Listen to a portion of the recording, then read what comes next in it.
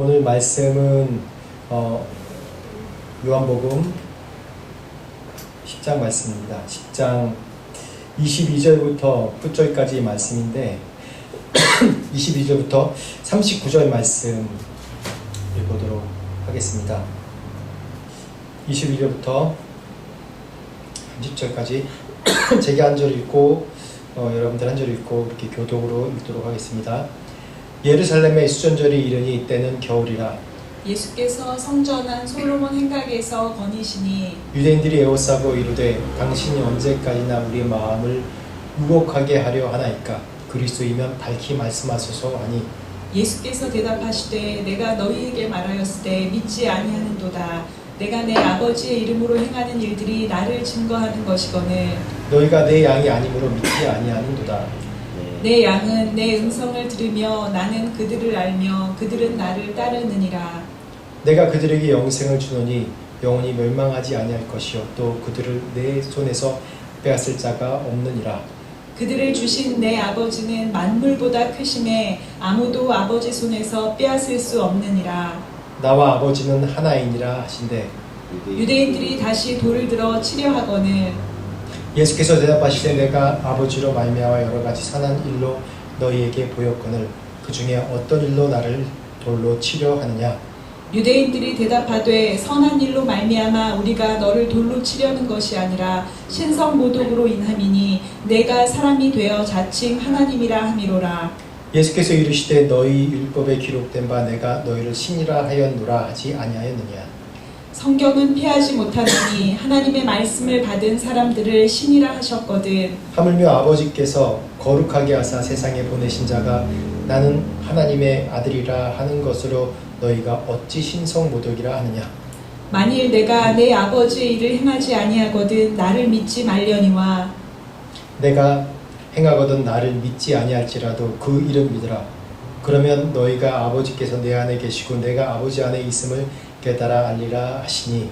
그들이 다시 예수를 잡고자 하였으나 그 손에서 벗어나 나가시니라. 아멘.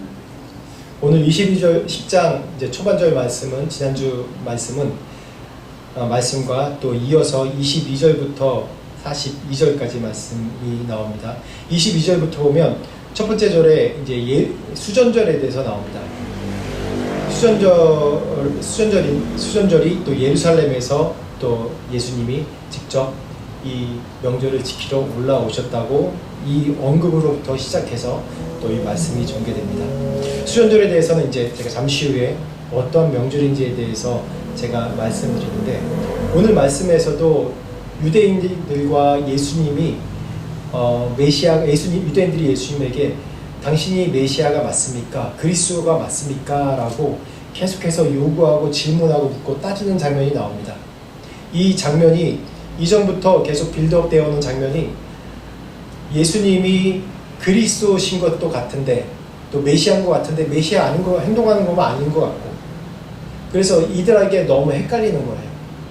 그래서 다시 한번 이번에는 예수님도 직접 이 유대인들에게 토론을 하면서 내가 어떠한 존재다라는 것을 분명히 말씀하고 계시는 장면입니다. 그래서 오늘 말씀이 또 굉장히 좀 중요한 역사적으로 왜 예수님이 이 수전절에 올라가시고 또 유대인들이 왜 예수님께 도전적으로 계속해서 질문하고 안식일에 대해서 또 예수님께 대해서 이렇게 의문을 품는지에 대해서 또 명확하게 알 수 있는 그런 오늘 9절입니다. 22절부터 42절까지요. 26절부터 29절 한번 말씀 같이 읽어보시겠어요? 26절부터 29절 시작. 너희가 내 양이 아니므로 믿지 아니하는도다. 내 양은 내 음성을 들으며 나는 그들을 알며 그들은 나를 따르느니라. 내가 그들에게 영생을 주노니 영원히 멸망하지 아니할 것이요 또 그들을 내 손에서 빼앗을 자가 없느니라. 그들을 주신 내 아버지는 만물보다 크심에 아무도 아버지 손에서 빼앗을 수 없느니라. 아멘. 오늘 22절에 수전절에 대해서 나옵니다. 수전절을 좀 이해하면 왜 이 유대인들이 이러한 질문을 하고 또 예수님이 왜 너희가 내 양이 아니므로 내 음성을 내가 지금까지 한 일 나를 보고도 믿지 않는도다 라고 얘기를 하는 겁니다. 수전절은 이스라엘 역사를 보면 이제 주전 586년에 남유다가 이제 바벨론, 아시리아한테 북이스라엘 망했고 남유다가 남아있는데 바벨론에서 멸망해서 포로로 잡혀갑니다. 요즘 새벽기도 계속 말씀에 다니엘서가 그 포로로 잡혀간 그 무리들 중에 다니엘과 또 세 친구가 나오죠. 그 후로 또 어떤 일이 있냐면 바사, 그러니까 페르시아와 헬라 제국을 거쳐서 계속 지배를 받게 돼요. 그래서 그때 당시 온 그 세상, 이제 서방 세상에 그런 나라들이 멸망하고 또 다시 세우고 제국을 이루는 장면들이 나옵니다. 그러면서 이제 헬라 제국 들어섰을 때 첫 관문이 누구냐면 알렉산더 대왕입니다. 우리가 잘 알다시피 알렉산더 대왕이 온 세계를 정복함으로 인해서 헬라 시대가 시작된 거예요. 다니엘서 우리가 이제 3장, 4장 말씀을 계속 아침에 이제 새벽 예배 때 묵상하는데 그 느부갓네살 왕에게 꿈으로 나타납니다. 꿈으로 나타날 때 이 앞으로 될 일의 시대에 대해서 나타나는데 그 중에서 다리를 얘기할 때 놋과 같고 또 철과 같은 것이 있다라고 얘기했어요. 그 해석이 바로 지금 바벨론 시대 다음에 놋, 그러니까 페르시아 시대 바사, 성경에는 바사라고 하는데 페르시아입니다. 페르시아, 그 후에 철기, 그러니까 철기 문화로, 그러니까 그때는 철을 잘 주저하는 그런 나라들이 그 고대 때는 많이 없었다고 해요. 근데 이 헬라, 이 알렉산더 대왕의 승리 이유가 이 철, 강력한 철, 깨지지 않는 약하지 않은 철을 제조할 수 있었기 때문에 그래서 전 세계를 정복했다고 또 이제 역사가들이 얘기합니다. 그래서 알렉산더 대왕이 심지어는 뭐 인도 쪽부터 뭐 유럽은 전 세계를 다 정복했고요. 그래서 헬라 시대가 이제 전 세계로 확장돼서 한 나라로 정복된 시대였어요.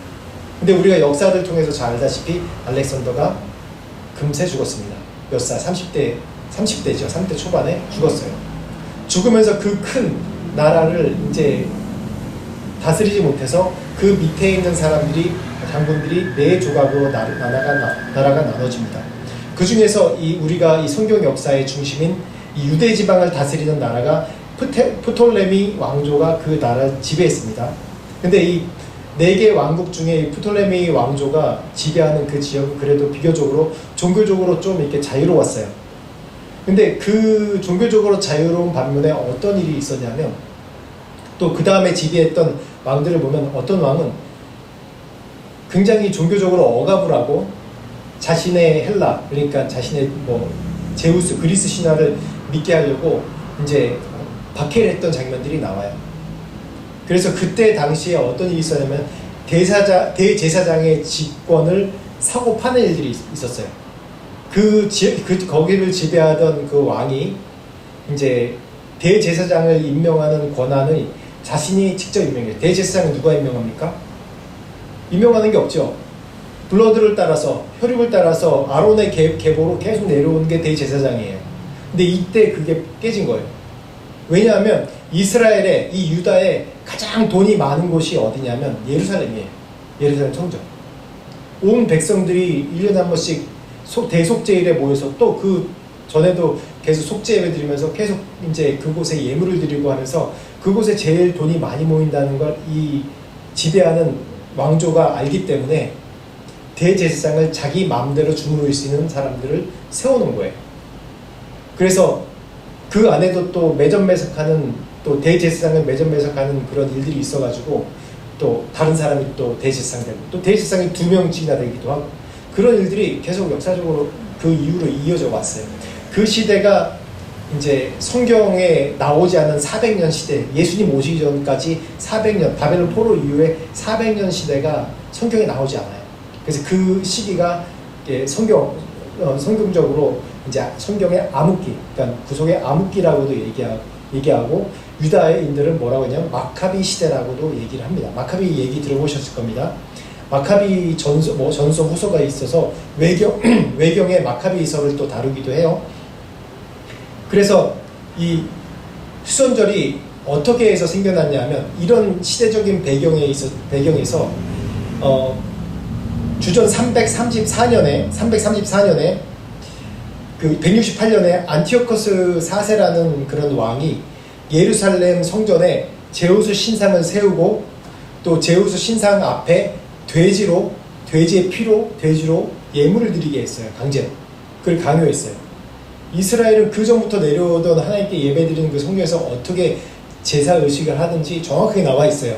다른 주변 어떤 이방인들보다 어떤 가나안이 아무리 발전된 그런 나라들보다 더 정확하게 제의식을 어떻게 예배드리는지에 대해서 정확하게 명확하게 나와 있습니다. 그런데 그거를 부수려고, 왜냐하면 그 성전의 주도권을 잡으려고 이 안티오코스 4세가 그 성전을 더럽히면서 모욕을 해요, 유대인들을. 그래서 그때 당시에 이제 마카비, 그러니까 아타티아스의 아들, 그 아타디아스 집안의 아들인 마카비가 주도해서 마카비 전쟁, 저항운동, 반란을, 우리나라로 하면 뭐 3.1운동 같이 그런 운동을 일으킵니다. 그래서 그때 164년에 그 왕조랑 전쟁에서 질 것 같은 그런, 그 전략상으로 질 수밖에 없어요. 질 수밖에 없는 그런 전쟁인데 정말 기적적으로 마카비가 이제 예루살렘을 점령을 했습니다. 근데 예루살렘을 점령하고 성전에 딱 들어가 보니까 난장판이에요. 뭐 돼지피도 있고, 거기 또 보면 이제 성전에 불을 밝히는 촛대가 있는데 그 촛대에 계속 불을 밝혀야 되는데 불 밝힐 그런 감람류가 없는 거예요. 감람류는 구별된 감람류로 드려야 되거든요. 구별된 감람류가 없어요. 하루치밖에 없는 거예요. 그래서 먼저 이 저항운동한 게 예루살렘 성전을 복원하려고 했기 때문에 이 마카비와 그 사람들이 예루살렘을 정화하는 작업을, 청소하는 작업을 시작합니다. 근데 하루 갖고 안 된 일이에요. 워낙 이 오랫동안 이 성전이 더럽혀졌기 때문에. 그래서 그래도 촛불을 이 율법서에 다른 불을 밝힐 수 없어. 다른 불을 밝히면 죽거든요. 초반에 이제 아론의 제사장 아들이 죽는 사건이 있었습니다. 그렇기 때문에 어떻게 될까 해서 결정한 게 그냥 촛불 하나, 이 하루치밖에 탈 양이 없는 감람류, 그걸로 밝히면서 그 성전 정화 작업을 시작합니다. 그런데 신기한 일이 어떤 일이 일어났냐면 그 촛불이 그 감람류를 하루밖에 탈 수밖에 없는 그런 양밖에 없는데 그게 8일 동안 탔어요. 8일 동안이라는 게 성전을 다 청소하고 이제 초막절을 정확하게 지킬 그때까지 이 촛불이 탄 거예요. 그래서 그 초가 하나님께서 기름 부으셨다, 하나님께서 축복하셨다라는 의미로 그 초가, 그 촛불 밝히는 게 유명해졌어요. 그래서 그 마카비의 그 항쟁, 그래서 성전을 복원시키고 예배를 복원시킨 그 사건을 통해서 수전절이라고 하는 그런 명칭이 생긴 겁니다.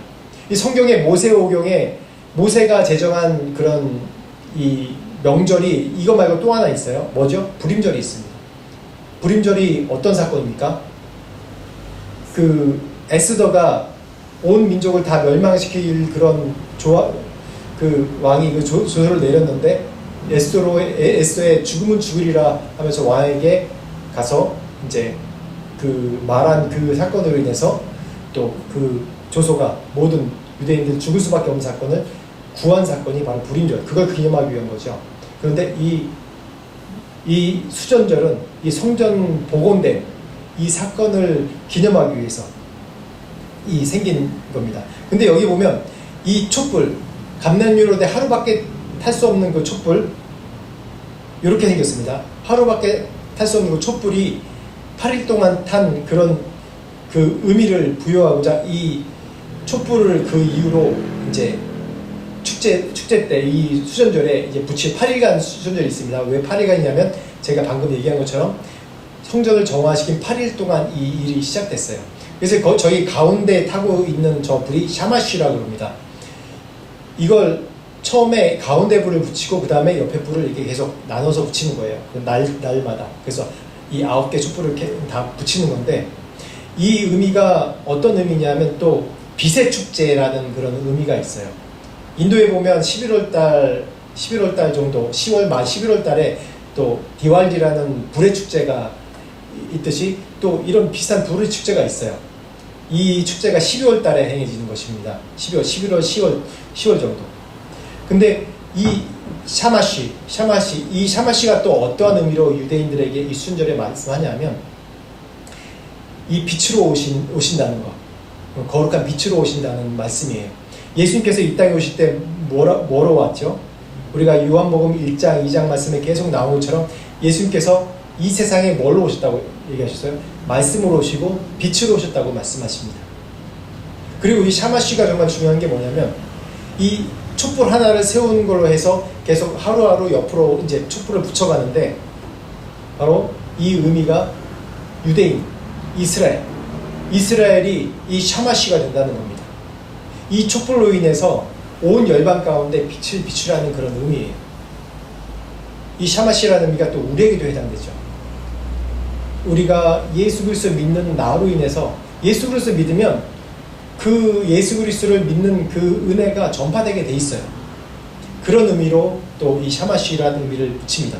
또 한 가지 의미는 뭐냐면 이 수전절의 의미는 뭐냐면 징벌한다는 거예요.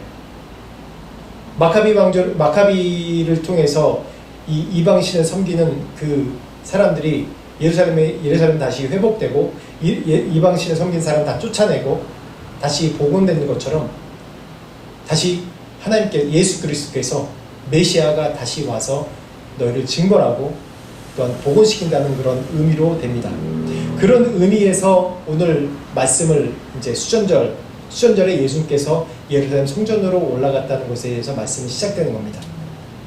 오늘 10장 초반에 양과 목자에 대해서 얘기하면서 예수님께서 오직 길이요 진리요 생명이고 오직 예수님께서 양의 문이기 때문에 예수님을 통해서만 갈 수 있다고 얘기를 했습니다. 근데 수전절에 올라오신 예수님을 보고 유대인들의 반응이 와서 따집니다. 당신이 그리스도면 밝히 말하십시오. 당신이 메시아는 그리스도라는 게 메시아입니다. 우리가 기다리고 열망하는 메시아는 지금 빨리 말하십시오. 메시아라고. 근데 예수님이 내가 너에게 양의 비유처럼 얘기한 것처럼 내가 너에게 몇 번이나 얘기하고 너에게 밝히 보였잖아. 그런데도 믿지 않는 거면 그거는 내 양이 아니다. 하나님의 사람이 아니다. 라고 얘기해요. 왜 이렇게 얘기하면 방금 이 마카비 저항의 운동에 대해서 볼 때 왜 이들이 수전절에 찾은 예수님에게 직접적으로 얘기했을까요? 예수님이 마카비 같은 그런 혁명적인 일을 일으킬 그런 메시아인가 아닌가 긴가민가 했기 때문에 와서 직접적으로 묻는 겁니다. 당신이 마카비같이 예루살렘을 복원할 사람입니까? 우리 유다를 복원할 사람입니까? 그때 당시 어떤 시대입니까? 로마가 지배하는 시대죠. 로마가 뭐 이 마카비 시대처럼 이런 식으로까지 박해는 없었지만 여전히 식민 지배를 받기 때문에 이들의 삶은 공고하고 힘들고 어려움이 가득한 사회였어요. 이전 다윗과 같은 그런 시대로 회복시킨 메시아가 당신이십니까? 당신이 그리스도입니까?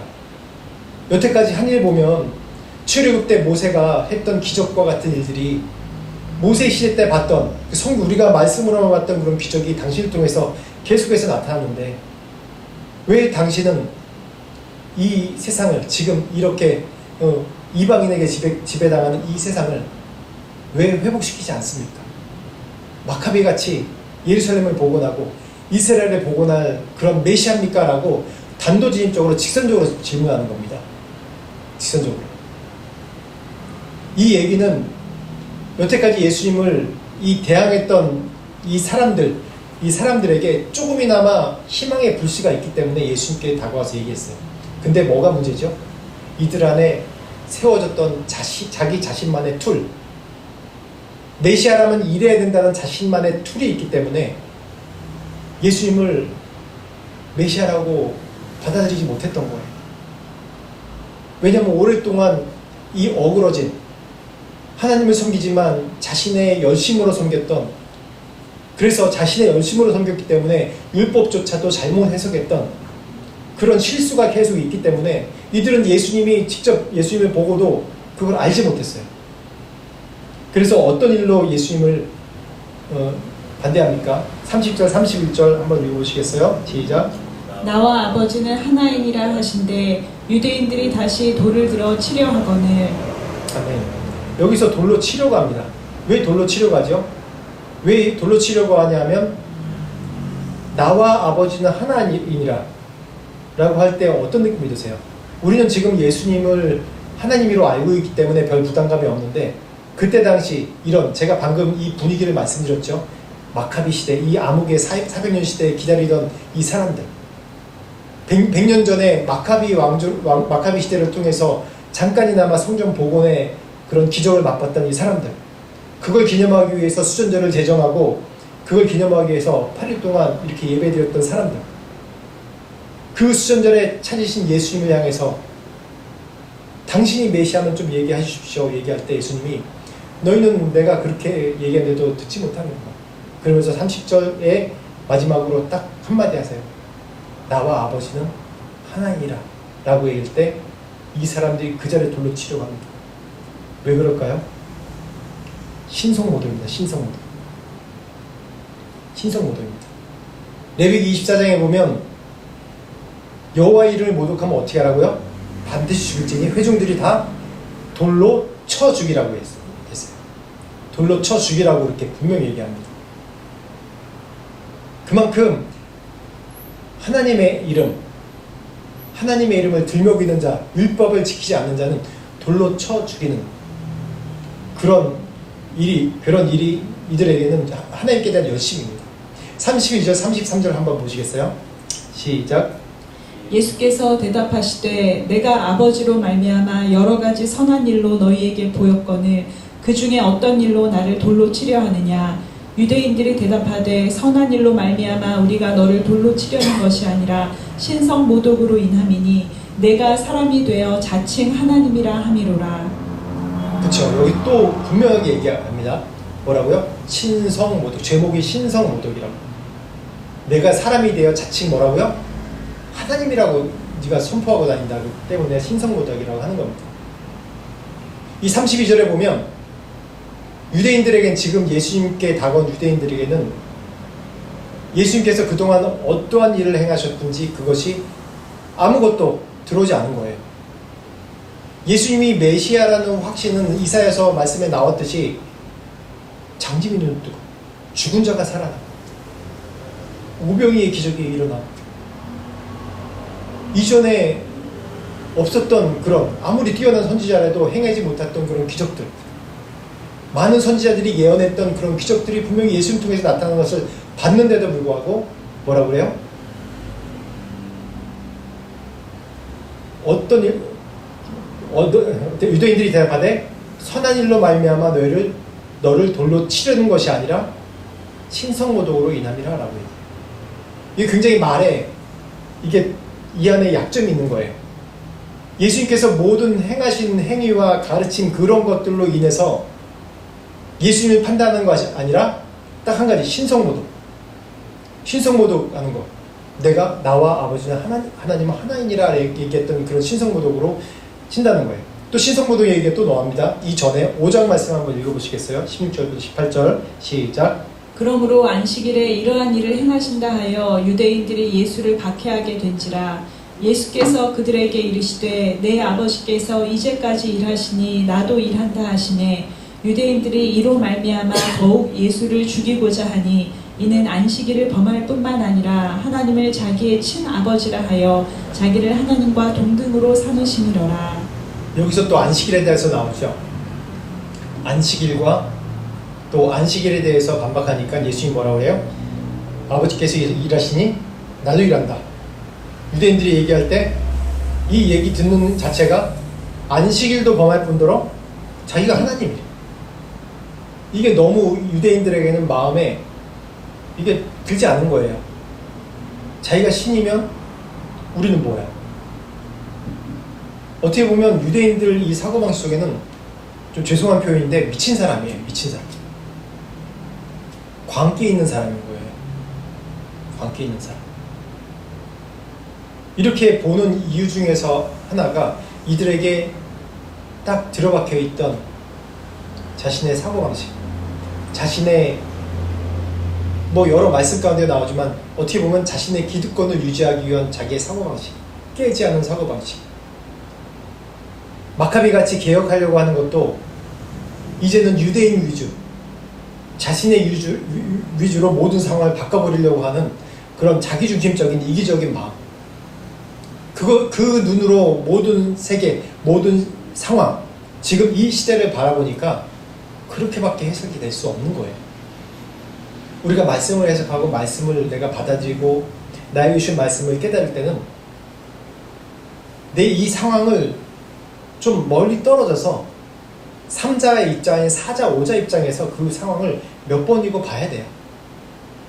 몇 번이고 봐야 돼요. 안 그러면 그 상황을 놓치게 돼요. 또 다시 반복하고 또 다시 반복하는 상황이 되게 됩니다. 유대인들이 그런 상황이 있어요. 지금 3년여 동안 예수님께서 이렇게 사역하시면서 이러한 장면이 한두 번이 아닙니다.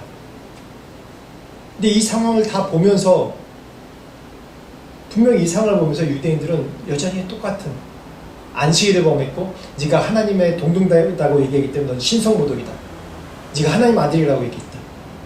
근데 예수님께서 거기에 대해서 분명한 답을 처음으로 이 신성모독이 또 안식일이랑 연결되지 않습니까? 신성모독이라는 것에 대해서 정확하게 지적하시면서 너희가 말한 신성모독에 어떠한 단점이 있고 어떠한 니네들이 마음이기 때문에 니들이 신성모독을 하는 거라고 얘기하는지 정확하게 얘기합니다. 34절부터 38절까지 우리 좀 잘 보십시오. 잘 보십시오. 시작. 예수께서 이르시되 너희 율법에 기록된 바 내가 너희를 신이라 하였노라 하지 아니하였느냐. 성경은 폐하지 못하나니 하나님의 말씀을 받은 사람들을 신이라 하셨거든. 하물며 아버지께서 거룩하게 하사 세상에 보내신 자가 나는 하나님의 아들이라 하는 것으로 너희가 어찌 신성모독이라 하느냐. 만일 내가 내 아버지의 일을 행하지 아니하거든 나를 믿지 말려니와 내가 행하거든 나를 믿지 아니할지라도 그 일은 믿으라. 그러면 너희가 아버지께서 내 안에 계시고 내가 아버지 안에 있음을 깨달아 알리라 하시니. 아멘. 이것만 봐서 잘 이해를 못하겠죠. 너희를 신이라 하였노라 하지 아니하였느냐. 성경에서 율법에서 성경은 폐하지 못하나니 하나님의 말씀을 받은 사람들을 뭐라고요? 신이라 라고 얘기합니다. 우리가 신이래요. 오늘 제목이 너희는 신들이라. 우리는 신이래요. 신. 그게 무슨 말일까요? 이 말씀의 근원인 시편 82편 1절 말씀부터 8절까지 말씀 봅시다. 왜 신이라고 얘기했냐? 신의 단어만 집중하지 말고 이 전체 말씀을 한번 보면서 그래서 신이라고 그랬구나. 이 말씀만 보면 그 신의 의미를 알 겁니다. 한번 자세히 한번 읽어보십시오. 1절부터 8절까지 말씀 시작. 하나님은 신들의 모임 가운데에 서시며 하나님은 그들 가운데에서 재판하시느니라. 너희가 불공평한 판단을 하며 악인의 낫보기를 언제까지 하려느냐. 셀라. 가난한 자와 고아를 위하여 판단하며 곤란한 자와 빈궁한 자에게 공의를 베풀지며 가난한 자와 궁핍한 자를 구원하여 악인들의 손에서 건질지니라 하시는도다. 그들은 알지도 못하고 깨닫지도 못하여 흑암 중에 왕래하니 땅의 모든 터가 흔들리도다. 내가 말하기를 너희는 신들이며 다 지존자의 아들들이라 하였으나 그러나 너희는 사람처럼 죽으며 고간에 하나같이 넘어지리로다. 하나님이여 일어나사 세상을 심판하소서. 모든 나라가 주의 소유이기 때문이니이다. 아멘. 여기서 신들이라고 얘기한 게 뭔 말씀인지 아시겠어요? 원어를 보지 않고도 방금 아까 8장 말씀과 10장 말씀 10장 34절인가 5절 말씀 그 말씀과 또 이 말씀 보면 신들이라는 의미가 어떤 의미인지 우리가 분명히 알 수 있어요. 뭐라고 그랬죠? 10장 말씀에는 하나님의 말씀을 맡은 자가 뭐라고요? 신이라고 얘기했어요. 그렇죠? 근데 오늘 이 말씀 가운데 어떤 일들이 일어납니까? 하나님은 신들의 모임 가운데 계시며 하나님은 그들 가운데 재판하시느니라 라고 얘기합니다. 그러면서 쭉 얘기한 게 너희가 불공평한 판단을 하고 또한 악인의 낫보기를 언제까지 하느냐. 가난한 자 고아를 위하여 판단하고 곤란하고 빈궁한 자를 위해서 공의를 베풀지 그치 올바르게 판단하지 아니하느냐. 가난한 자와 궁핍한 자를 구원하여 악인들의 손에서 건질지니라 라고 얘기합니다. 그들은 알지도 못하고 깨닫지 못하게 흑암 중에 왕래하니 땅의 모든 터가 흔들리도다. 내가 말하기를 너희는 뭐라고요? 신들이며 다 지존자의 아들이라 하였으나 라고 얘기합니다. 제가 원어로 구체적으로 말씀드릴게요. 원어로 얘기하면 여기서 구약의 말씀에 신들이라 라고 얘기하면 신이라 그러면 엘로힘이에요. 엘로힘이란 단어를 명사로 다른 단어로 쓰면 뭐냐면 재판관이에요. 재판관. 왜 재판관이라 했으면 그 이스라엘의 신관, 이스라엘 사회상을 우리가 볼 수 있는데, 재판관을 이스라엘에서는 옛날에 엘로힘이라고 썼어요. 그래서 신들이라는 얘기, 여기서 그 신들이에요. 유대인들은 이 얘기를 들으면 알아요. 신들이라는 얘기는 재판에 대해서, 옳고 그름을 판단하는 거에 대해서 얘기하는 거예요. 그런 의미로 썼습니다. 그래서 이때 당시에는 재판관은 어떤 사람이에요? 요한복음 10장 방금 말씀받은 것처럼 하나님의 말씀을 받은 자가 누구예요? 신이라고 얘기했죠. 엘로힘. 신약은 데오스라고 썼으니까 엘로힘. 엘로힘이라는 얘기예요. 유대인들이 이 얘기 들으면 알아요.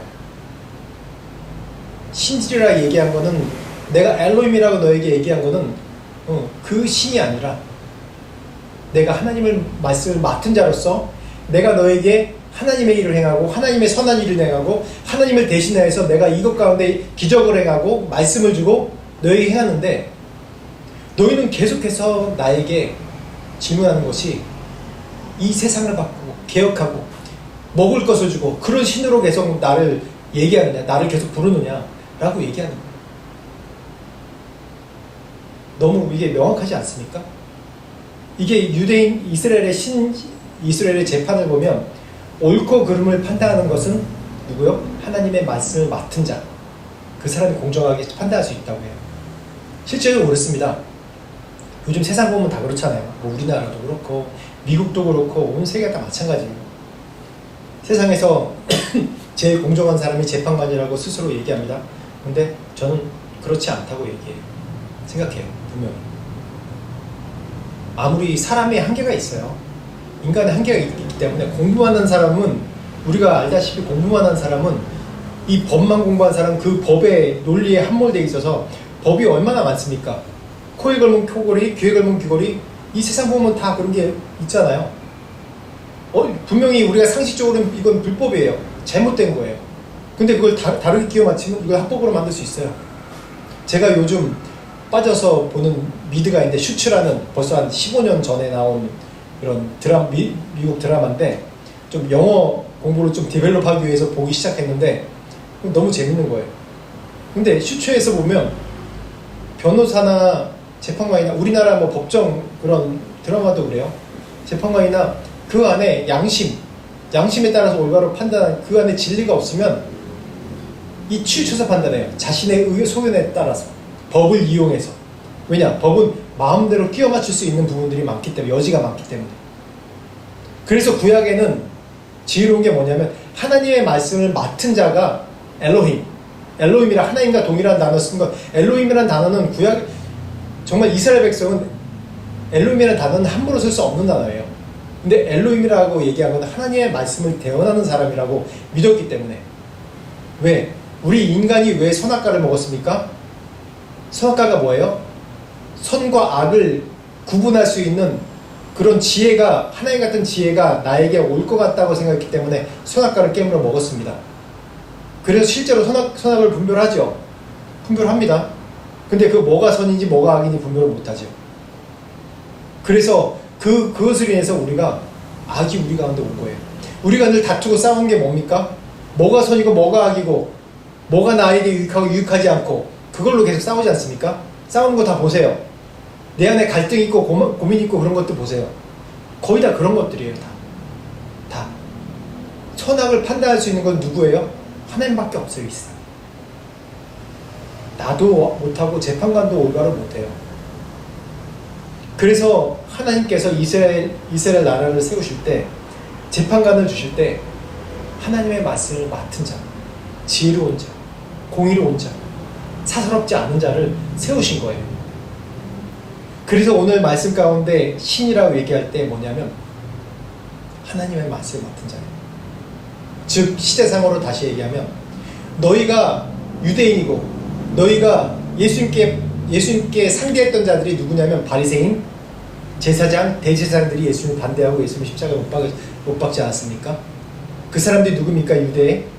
유대의 선생이라고 일컫는 자고, 유대를, 이 이스라엘을 지배하는 사람이에요.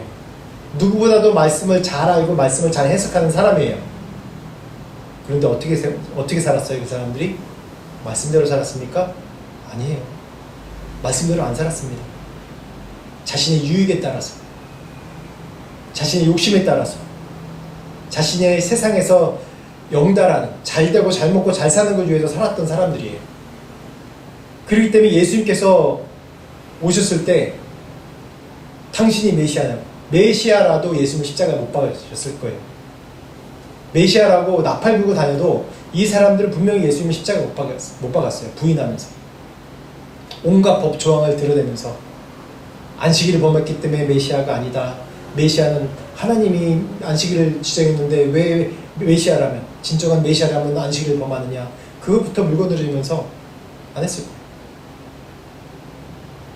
그게 우리의 인간의 본질입니다. 본능이에요. 근데 신이라고 한 이 말씀을 회복하고자 하는 말씀 중에 하나는 그 의미가 뭐냐면, 너희의 원형의 정체성이 무엇이냐, 너희의 원래 모습이 무엇이냐라는 얘기예요.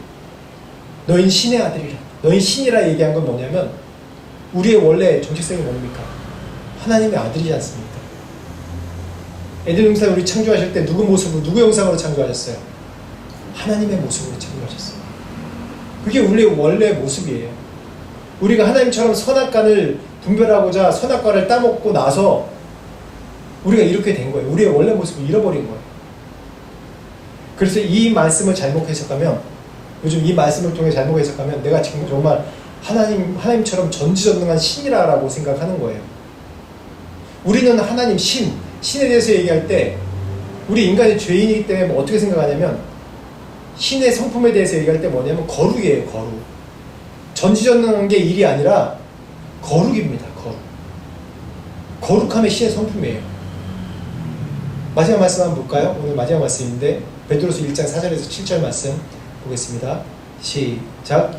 이로써 그 보배롭고 지극히 큰 약속을 우리에게 주사 이 약속으로 말미암아 너희가 정욕 때문에 세상에서 썩어질 것을 피하여 신성한 성품에 참여하는 자가 되게 하려 하셨느니라. 그러므로 너희가 더욱 힘써 너희 믿음의 덕의 지식을, 지식의 절제를, 절제의 인내를, 인내의 경건을, 경건의 형제 우애를, 형제 우애의 사랑을 더하라. 아멘. 무엇이 신의 성품에 참여하는 겁니까? 무엇이 우리가 신이 되는 것입니까? 우리가 신의 성품에 참여한 자라고 우리 이미 초대받았어요. 베드로서 2장 8절 말씀에 너희는 택한 족속이요 거룩한 나라라고 얘기하고 있어요. 신의 성품이라는 게 전지전능하고 뭐든지 마음대로 하고 슈퍼맨처럼, 요술사처럼 뿅뿅하고 튀어나게 하고 뭐 금나라 뚝딱하고 그럴 게 아니라 거룩이에요. 거룩.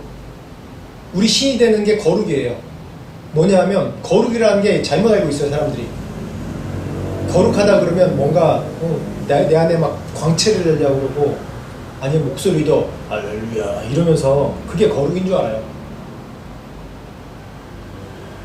그게 거룩이 아니란 말이에요. 오늘 신의 성품에 참여한 거에 대해서 이 베드로서 1장 말씀에 정확하게 얘기하지 않습니까? 믿음의 덕의 지식을, 지식의 절제를, 절제의 인내를, 인내의 경건을, 경건의 형제우애를, 형제우애 뭐라고요? 사랑을 더하라라고 얘기합니다. 예수님이 그 거룩한 성품 가운데 거룩한 성품의 최고봉인 사랑을 실천하시려고 이 땅에 오신 거예요. 인간의 몸을 입고 죽음까지 불사하시면서 순종하면서 사랑을 실천하시려고 이 땅에 오신 거예요. 그것이 바로 거룩입니다. 거룩. 우리의 그의 원래 모습이에요. 근데 자꾸 우리는 사역자든 사역자 아니든 마찬가지로 예수 믿는 사람들이 그런 게 좀 더 심한 것 같아요. 유대인처럼, 율법주의자 유대인처럼 나는 달라, 이 사람들이랑. 나는 구별됐어. 나는 이 사람들 같지 않아. 누구 같지 않아.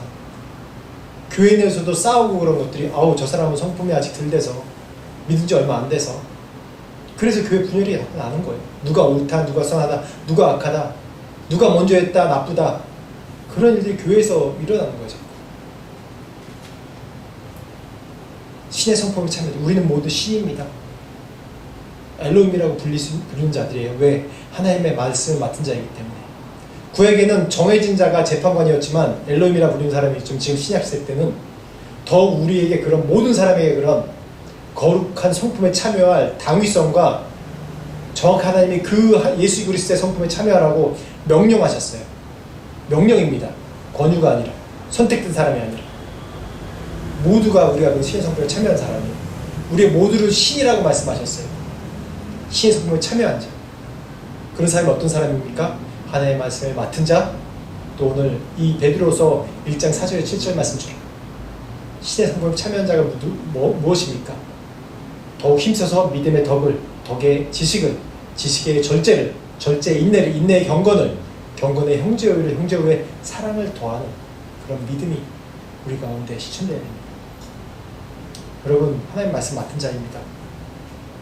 누구나 하나도 빠짐없이 모두가 그 하나님의 말씀을 실천하는 것이 어떤 사람은 이렇게 저희들처럼 선교사고 사역자를 될 수 있고, 어떤 사람은 사업으로 실천할 수 있고, 어떤 사람은 가르친 선생으로 실천할 수 있고, 어떤 사람은 또 집에서 엄마로 그런 사랑을 자녀를 양육하며 실천하는 사람들이 있고, 각기 다양한 겁니다. 이거를 해석하는 것, 신의 성품에 참여하는 것은 목회자가 돼야 되고 선교사가 되고 그 하나만이 아니에요. 내가 있는 곳에서, 그래서 이 세상 가운데 내 거룩한 성품을, 신의 성품에 참여하는 것을 유지하면서 하나님 사랑을 정말 실천하기란 쉽지 않습니다. 세상이 우리 공격해요. 계속 이 유대인들이 예수님께 와서 끊임없이 공격한 것처럼 그런 고난이 우리 가운데 계속 있어요. 그 신의 성품에 참여하는 길을 선택할 때면 어쩔 때는 더 많이 손해볼 때가 있고, 그래서 따라가야 돼. 왜? 거기에 생명이 있기 때문에. 이 세상에서 30년, 40년, 50년 잘 되고 끝날 겁니까? 영원히 살아야 되지 않아요? 우리가 천국 가야 되지 않아요? 영원히 살아야 되지 않습니까? 영원히. 그러기 위해서 우리가 예수 믿는 거예요. 예수 믿는 게 다른 거 아니에요. 물론 오늘 신의 성품에 참여하고 그렇지만 예수 믿는 게 다른 게 아니라 어떻게 해요? 영원히 살려고, 천국 가려고 예수 믿는 거예요. 예수님께서 이 땅에 오신 거는 우리를 구원해서 어떻게 해요? 영원히 살게 하려고, 하나님과 함께 영원히 살게 하려고 우리를 예수께서 이 땅에 오신 거예요. 천국회로의 초청이에요. 예수 믿는 이유가 예수님처럼 좋은 일을 하고 아니에요. 그건 천국 가려고 하는 거예요. 천국 가려고. 자기 아들, 우리가 자녀 아닙니까? 자기 자녀와 영원히 같이 살기 원하는 게 부모의 마음인데, 그러기 위해서 우리를 초청하는 겁니다. 그래서 그 방법이 이 세상에서 살 때 너는 신의 아들이라, 신이라, 거룩한 성품에 참여하고 이 세상과 구별되고 하나님 사랑을 이 세상에 실천하고 너희에게 주신 말씀을 믿어 순종하고 가르쳐 지키게 하는 게 너희의 부르심이다라고 말씀한 모두에게. 그러나 하나님의 아들로서, 자녀로서 신의 성품에 참여한 자로서 그런 삶을 사시길 축원합니다. 같이 한 목소리로 기도하겠습니다.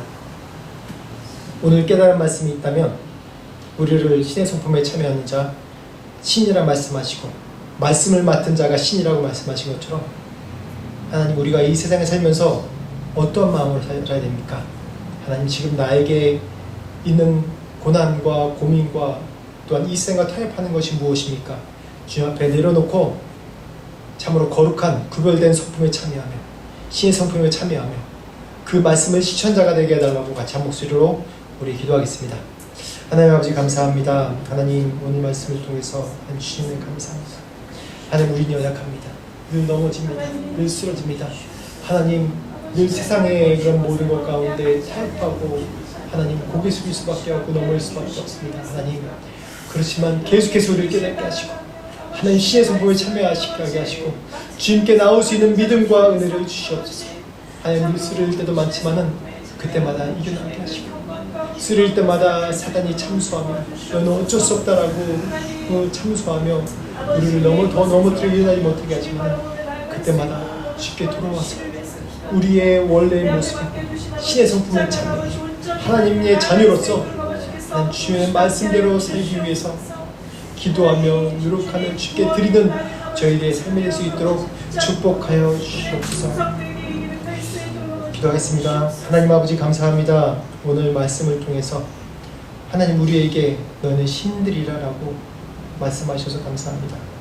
어떻게 보면 굉장히 부담스러운 말씀이지만은 이 말씀이 바로 우리를 창조하실 때 모습, 하나님의 아들, 딸로 창조하신 모습 그대로 회복하기 위한 예수님의 그런 고백임을 우리가 믿습니다. 하나님, 우리 부족합니다. 늘 신의 성품으로 초대받은 자들이지만은 넘어지고 쓰러지고 범죄할 때가 많습니다. 하나님 용서하시고 그때마다 다시 일어나서 담대히 예수 그리스도의 보혈 피로 용서함 받고 씻김 받고 신의 성품에 참여하는 저희가 될 수 있도록 하여 주시옵소서. 그래서 이 세상에 예수 그리스도의 사랑의 은혜의 빛으로 비출 수 있는, 이방의 빛으로 비칠 수 있는 우리 모두가 될 수 있도록 축복하시고, 또한 이방의 빛으로 부르신 우리 방금 오늘이 비전교회 삶을 감당할 수 있도록 축복하여 주옵소서.